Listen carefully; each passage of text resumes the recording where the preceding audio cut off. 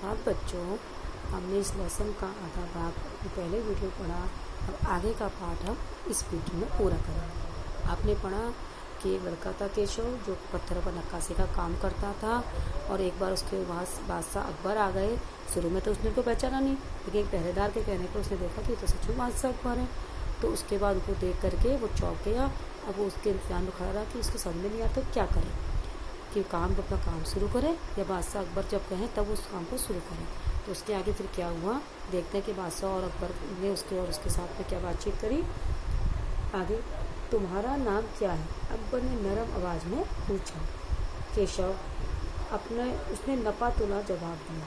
केशव, क्या तुम मुझे नक्काशी करना सिखाओगे? कि उलझन में पड़े केशव ने तुरंत सिर हिला दिया।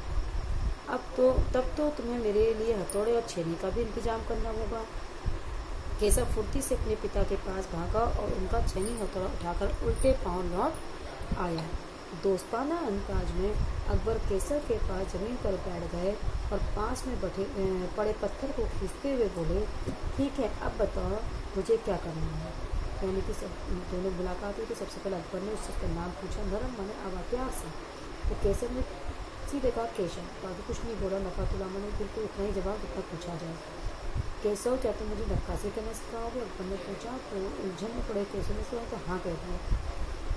तो तुम्हें मिलने छेनी क्योंकि बिना छेनी हथौड़े के काम नहीं होता, उसका भी इंतजाम करना पड़ेगा। तो कहने लगे तो भाग कर जाके वो अपने पिता का छेनी हथौड़ा भी उठा लाया। दोस्ताना माने प्यार से दोस्त की तरह अकबर ने उसके पास जमीन पर बैठ गया और कहा कि अब बताओ क्या करना है। केशव ने संदेह भरी नजरों से अकबर की ओर देखा। हजूर, क्या आप यह सब करोगे? संदेह मानी उसे सब भी हुआ सब होना। ठीक है, उसका बड़ा आदमी एक महाराज मेरे साथ सचमुच मजाक कर रहा है या सचमुच उसे सीखना है? तो उसने पूछ भी मैं क्या हजूर, क्या आप यह सब करोगे? सच में क्यों नहीं, मुझे तो विश्वास है कि मैं सीख ही लूँगा। तो मैंने कहा हाँ क्यों नहीं, मैं तो सच में चाहता हूँ सीखना। नहीं, मेरा मतलब यह नहीं था। केशव ने सब पका गया। तो केशव कहने लगा मेरा ऐसा मतलब नहीं कि आप नहीं सीख सकते हो। दरअसल मैं कहना चाहता था कि आप इतने बड़े बादशाह हो, ये ठीक नहीं लगता। मैंने कहा मेरा मतलब ये नहीं था कि आप सीख नहीं सकते, मेरा मतलब ये था कि आप इतने बड़े बादशाह, आपको क्या ज़रूरत है इसकी। उसने कुछ अनमने भाव से कहा। अनमने बना उसे डर भी था कि बादशाह है, ऐसे ही उसने कह दिया कि कहीं कहीं को बुरा ना लग जाए। अकबर हंसकर बोले, अच्छा, लेकिन पिछले हफ्ते तो मैंने मिट्टी से भरी डलियाँ धोने में किसी की मदद की थी, क्या यह काम उससे भी ज़्यादा मुश्किल है?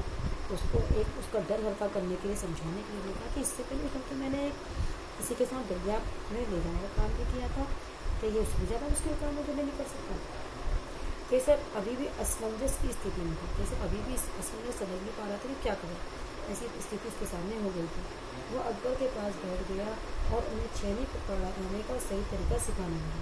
फिर जैसे कि केशव के पिता ने उसे सिखाया था, उसने कोयले के टुकड़े से पत्थर पर लकीरें खींचकर एक आसान सा नमूना बनाया और गंभीरता से कहा, देखिए, सिर्फ इन्हीं लकीरों को बहुत ध्यान से तलाशना है।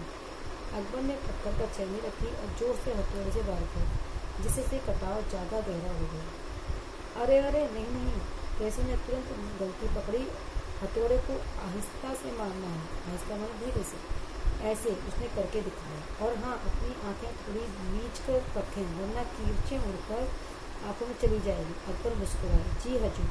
अब उसने उसको काम सिखाना शुरू किया, छेनी वो करना और पत्थर पर लकीरें खींची। कहा कि इस तरह के अब वो नए थे तो उन्होंने बड़ी जोर से हथौड़ा मारा जिससे वो लकीरों से ज़्यादा पत्थर टूट गया।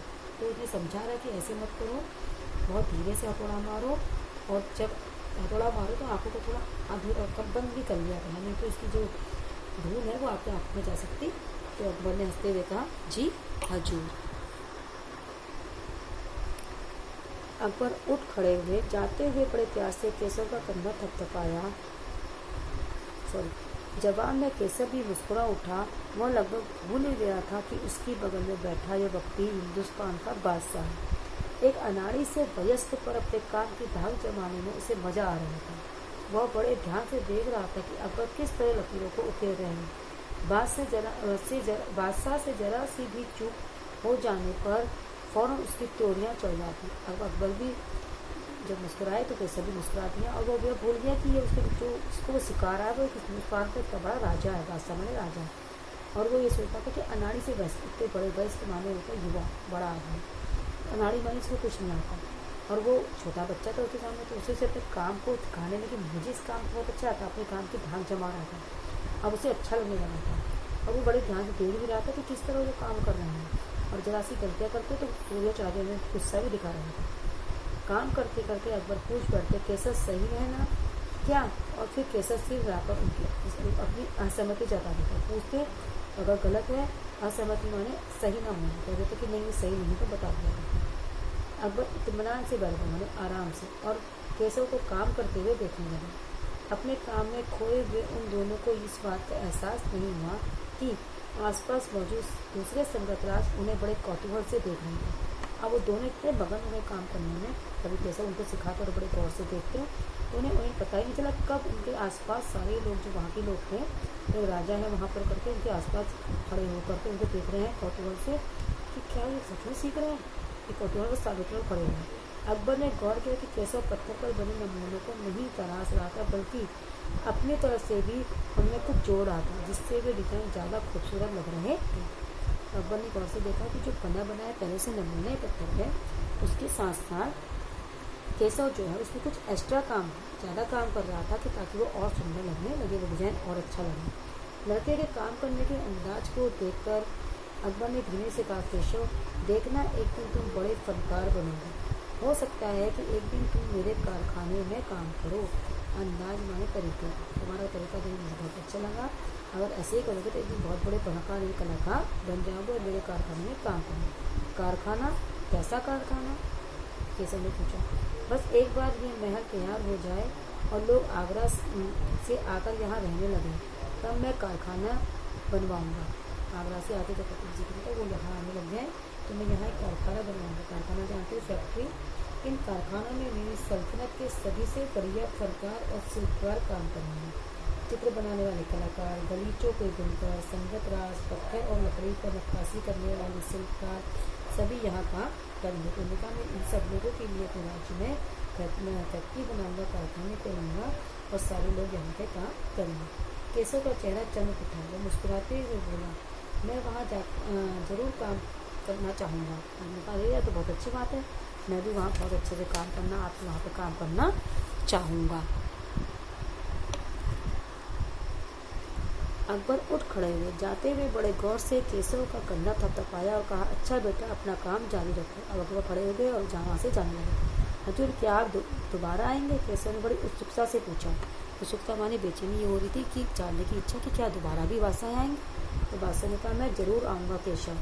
फिर तो पूरे दिन संगतरासों के बीच केसव की धूम रही। वह बार बार बादशाह से हुई अपनी मुलाकात सबको सुनाता रहा। रात हो चली थी, केसव बहुत थका हुआ था, पर आंखों पर नींद कहाँ। वह धीरे से अपने पिता के बिस्तर में भेज दिया।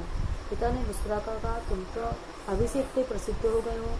अब जो बादशाह से मुलाकात अगर किसी की होगी तो कितना खुश हो गए जानते। जैसे अगर आपको आज प्रधानमंत्री से मुलाकात करने को मिल जाए तो आप तो कई महीने तो गाना गाते रहोगे मैं प्रधानमंत्री से। वैसे वो भी बच्चा था तो पूरा दिन सब कुछ यही बताता रहा कि मेरे से महाराज आए थे, बादशाह अकबर से मिला, उनके संग का काम हुआ। अपने पिता ने हंसते हुए कहा कि तुम तो बड़े प्रसिद्ध हो गए भैया, आज तो सब तुम्हारा ही नाम ले रहे हैं, तुम तो बहुत फेमस हो गए। बादशाह सलामत ने कहा है कि एक दिन मैं बहुत बड़ा कलाकार बनूंगा। उसने सिर को पिता की बाहों के सहारे टिकाकर केसर धीरे से बोला, हमारे बादशाह बहुत ही नेक इंसान है। बिल्कुल सही, पिता ने कहा।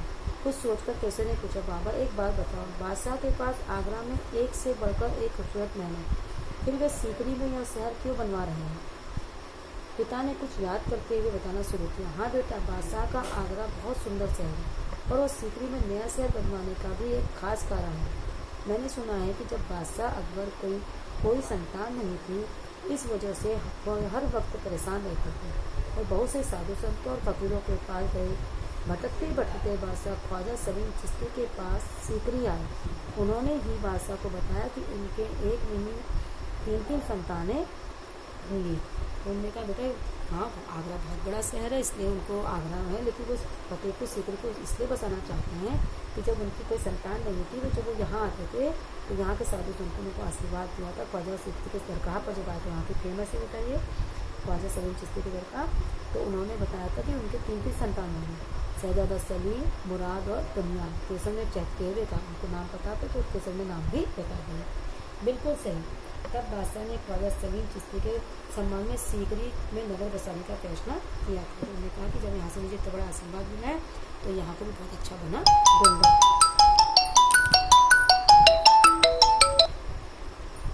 केशव ने कहा, अच्छा अब समझ आया, इसीलिए बादशाह अकबर ने अपने बेटे का नाम सलीम रखा, उनके नाम पर। हाँ, और इसी कारण हम यहाँ एक नए शहर के लिए पत्थरों का तराश रहे हैं। केशव ने उनीदी आवाज़ में, उनीदी माने नींद आने का, थोड़ा नींद आ रही थी उसको। पिताजी ने देखा कि उनका लाडला सो गया है। और तो आज हमारा ये चैप्टर कंप्लीट हो गया है। चैप्टर को अपने आपके पास बुक है, ध्यान से पढ़िए, समझिए, और जो अंडरलाइन वर्ड्स हैं इसमें कुछ कुछ, उसके अलावा भी कुछ जो कठिन वर्ड्स आपको लिखते हैं उनको अपनी कॉपी में लिखिए।